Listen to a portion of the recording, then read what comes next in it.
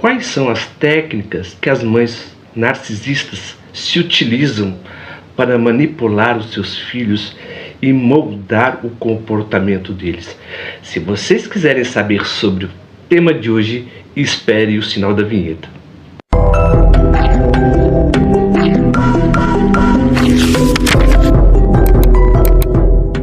Hoje eu quero falar sobre esse tema de acordo com o pedido de uma das pessoas que seguem o nosso canal, que é o que? Sobre a psicologia de mães narcisistas. Como mães narcisistas manipulam os seus filhos.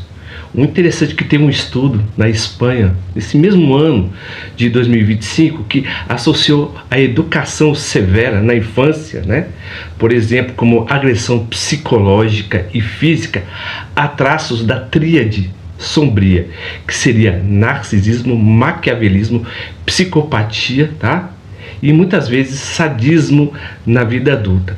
Então, esse estudo, na verdade, contou com 370 participantes. E o interessante é que essas pessoas na vida adulta manifestaram algumas características, que são peculiares até. Interessante que os filhos têm uma ligação muito forte com a mãe. E a mãe, quando é narcisista, muitas vezes se utiliza desse apego emocional que os filhos têm por ela para poder manipular os seus filhos. Então, interessante que as mães, na maioria das vezes, usam manipulação emocional. Elas usam crítica excessiva, controle rígido, padrões ligados ao desenvolvimento, viu? Isso aqui é muito importante, da ansiedade.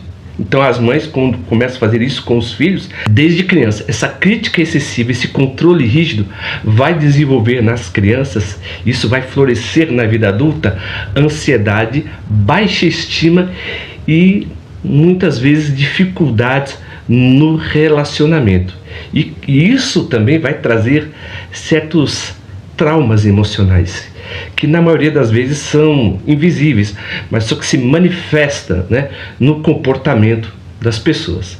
Muitas vezes há esse trauma que é totalmente invisível, que são os traumas emocionais. Então, filhos de mães narcisistas, na maioria das vezes, eles sentem um sentimento de inadequação.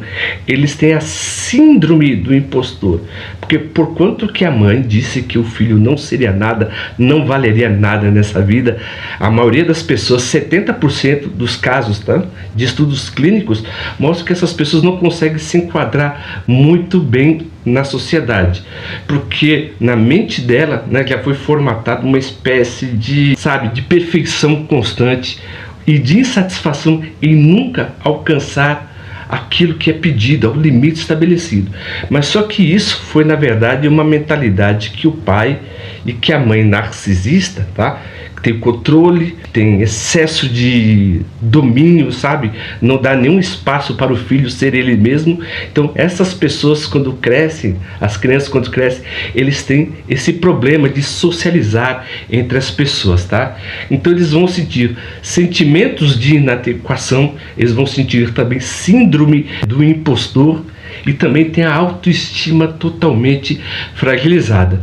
Interessante que a pessoa, quando cresce, muitas vezes acontece com a criança, quando ela cresce na sua vida adulta, ela vai ter essas críticas internalizadas, essas críticas que seus pais fizeram, e eles aceitaram essas críticas como se eles fossem próprios culpados de serem o que são, Então elas, por exemplo, começam a desenvolver, na verdade, vamos dizer assim, uma crença que nunca é bom o suficiente, Ou seja, vai ter a síndrome do impostor, nunca vai acreditar que é bom o suficiente, nunca vai acreditar que é uma boa pessoa. Por quê? Interessante que os filhos têm uma visão ideologizada dos pais. E os pais têm uma visão ideologizada dos filhos. O que acontece isso? Há uma espécie de choque entre culturas. O interessante quando você fala, por exemplo, acerca de uma pessoa que tem um transtorno de personalidade narcisista, por exemplo, você vê o caso que a mãe, ela só vai ficar feliz quando você fazer aquilo que ela te pede, entendeu? Assim ela vai ficar. Mas se você faz essa característica de querer agradar ela, sem mesmo ou a mãe ou o pai, pedir, Se você fizer algo da sua própria vontade, eles sempre vão reclamar, porque não está de acordo com o ideal deles, de acordo com aquilo que eles pediram. Então, a criança, quando ela cresce, né, e vai assumindo a vida adulta, ela vai sentindo esse sentimento de inadequação, que nunca é bom o suficiente, nunca vai fazer nada bom o suficiente para os outros, tá? O interessante é que a mesma, quando cresce a criança, né, chega na vida adulta, elas vão ter, na verdade, uma dependência de aprovação muito grande. Então elas vão ter necessidade crônica de validação externa, tá? Ligado totalmente ao narcisismo materno. Ou seja, como ela nunca agradou a mãe narcisista, porque a mãe sempre cobrava dela aquilo que ela não poderia dar. É por isso que a mãe narcisista faz a triangulação entre os filhos, um filho é bom, um filho é mau, sabe? Então, e ela está no meio, então ela sempre tenta fazer o quê? Alcançar o limite ou ser igual a esse irmão, mas só que ela nunca consegue. Então ela vai internalizar, na verdade, essa dependência de aprovação e vai transportar para os outros. Então, inconscientemente, ele busca, por exemplo, no namoro, ou o namorado como se o homem fosse o pai, ou então a namorada, né? A mulher, ela procura o homem como se fosse um pai, e o homem também, quando vai namorar, ele procura o homem como se fosse a mãe. Eu lembro uma época que eu até trabalhei no correio, eu conheci uma moça, né, e eu fiquei com ela mais ou menos 7 ou 8 meses, né? E a estrutura familiar dela, né, é complicado, como qualquer estrutura, né? Nós não sabemos, na verdade, a estrutura familiar, mas o que parecia era muito desfragmentada. E uma vez conversando com ela, ela falou para mim assim: eu como pai do que como namorado. Por quê? Porque eu dava uma segurança para ela do qual que o pai dela não dera para ela. Então, por exemplo, um filho, né, que tem uma mãe que é narcisista, ele vai procurar o espelho da mãe da namorada. Ele não vê a namorada ou a esposa como mulher, mas sim alguém que cubra a sua carência emocional. Então, você vê que a maioria dos relacionamentos sempre procura se basear nesses aspectos. Alguns seguem uma visão junguiana, por exemplo, ou de Freud, do qual que o homem, por exemplo, procura na mulher a imagem da sua mãe. A mulher procura no namorado e no homem a imagem do seu pai. Você vê que todos, né, têm um senso comum, do qual que as pessoas tendem a internalizar e projetar como que o namorado ou a namorada vão preencher as suas carências da infância. Mas o interessante é que muitos deles, tá, das pessoas, né, que sofrem esses traumas com mães narcisistas, né, tem alguns traumas comportamentais muito interessantes. Elas, por exemplo, elas repetem, né, traços de dinâmicas tóxicas, né, ou seja, 45% das pessoas adultas, na verdade, têm relações abusivas, porque ao mesmo tempo que tinham uma relação totalmente tóxica com a mãe, vai refletir com o pai, e assim como tinha com o pai, ela vai refletir, por exemplo, com o namorado. Então, por exemplo, a mesma pessoa, de um modo totalmente inconsciente, vai ter uma espécie de maquiavelismo aprendido, né? Ou seja, os filhos adotam as mesmas técnicas que os pais para poder se defender. Aí você fala, será que isso é possível? Sim, mas só que essa pessoa faz isso como uma maneira, na verdade, de se proteger e de se machucar. Então elas adotam umas características semelhantes aos seus pais, que são narcisistas. Alguns fazem de modo direto ou indireto. Então, o bom e o interessante disso é você sempre se educar a partir do tema. E você, por exemplo, saber, não digo burlar, né, mas saber trabalhar esses sentimentos, por exemplo, de inadequação. Alguns livros aqui eu quero indicar para vocês, tá? E eu vou colocar até aqui a imagem também, que é sempre bom vocês se educarem sobre o tema.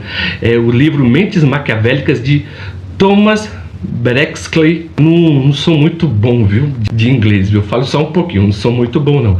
E o TCC de Judith Beck, né? Eu vou colocar aqui para vocês esses dois livros, que é sempre bom vocês, por exemplo, principalmente que tem TDAH, né? E tiveram os pais que eram totalmente manipuladores, por exemplo. Esses livros, né, nos ensinam algumas técnicas. Algum desses livros você encontra na verdade na Amazon ou no Mercado Livre. Você pode tanto comprar o livro físico como o digital. Mas o interessante, além, né, de você, por exemplo, se informar do tema, você sempre fazer terapia, TCC, né, que é terapia cognitiva comportamental. A maioria dessas terapias, elas reduzem a 60%, né, esse estado de ansiedade que as pessoas têm, né, que sofreram abusos, por exemplo, concernentes aos seus pais. E você também, por exemplo, começar a trabalhar a sua reconstrução de limites, né, porque você, por exemplo, por mais que você tenha esse problema, todos nós temos problemas, na verdade, né, mas, por exemplo, você se reconhecendo o seu limite, você saber que tudo não parte de uma culpa sua, porque os filhos, eles repetem os comportamentos dos pais. Os pais, né, por exemplo, repetem o comportamento dos seus antecessores. Você vê que é uma linha, então você teria que quebrar essa linha, na verdade, né? Quebrar e estabelecer um novo paradigma. Então é sempre bom, na verdade, você procurar a ajuda de um bom profissional, fazer terapia, né? Estabelecer vínculos e não acreditar nessa voz intrusa que fala constantemente na sua mente que você é incapaz. E deveras também eu tenho isso, viu? É uma coisa que temos que trabalhar sempre a respeito, porque a vida é sempre um constante, na verdade, evoluir. Então esse foi o tema de hoje, tá? Falando sobre mães narcisistas e como as mães manipulam os filhos. E se vocês gostaram do vídeo de hoje e ficaram conosco até o final desse vídeo, por gentileza, se inscrevam no nosso canal, aperta o botão das notificações para que vocês possam receber mais vídeos a respeito do tema, e vocês também podem pedir, tá? E, por exemplo, também entra no campo das notificações e contem alguma história relativa aos seus pais ou às suas mães, né? Ou até mesmo filhos também, né? Porque também tem muitos filhos também, irmãos, né, que são narcisistas. Ou seja, 80% das pessoas, né, no Brasil, vamos dizer assim, a maioria sempre tem parentes próximos que sofrem desse transtorno. E essas pessoas, por exemplo, dão uma dor de cabeça enorme, né? Então é sempre bom, né, você se informar a respeito, tá? E somente a partir da informação é que você pode achar a sua própria cura. E é um processo, tá, que é demorado, mas vale a pena. Então, se vocês gostaram do nosso canal, vou repetir até mais uma vez, me perdoe, se inscrevam no nosso canal, aperta o botão das notificações, dê um joinha. Eu vou colocar aqui o QR Code, tá? No QR Code você vai escanear, vai entrar no nosso canal e nós temos mais de 600 vídeos, né, que falam sobre o assunto. Tem outros antigos também que elaboram sobre outros temas. E também estou entrando no Substack, que eu escrevo textos e artigos não somente de filosofia, mas de psicologia, de psicanálise e comportamento humano. E como sempre, viu, eu agradeço o carinho e a atenção de todos que nos acompanharam até o final desse vídeo, e até o próximo vídeo.